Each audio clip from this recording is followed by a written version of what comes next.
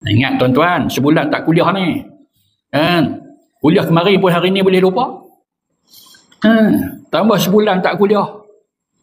Tapi kalau sebulan tak kuliah boleh duk ingat, alhamdulillah.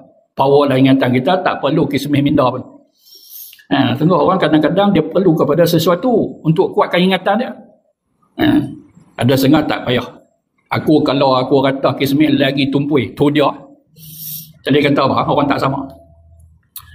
Dan ada pun pekerjaan tindak tanduk kita. Apa perlu kita buat?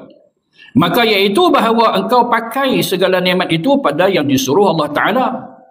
Semua nikmat Allah Ta'ala bagi kat kita, yang ada pada tubuh kita, yang ada samping kita, dekat kita, apa Allah Ta'ala bagi, RM2 seumpamanya harta-harta yang kita miliki itu, maka kita pakai, maksud kita guna seperti yang disuruh Allah Ta'ala, tiada pada yang dilarang oleh Allah Ta'ala.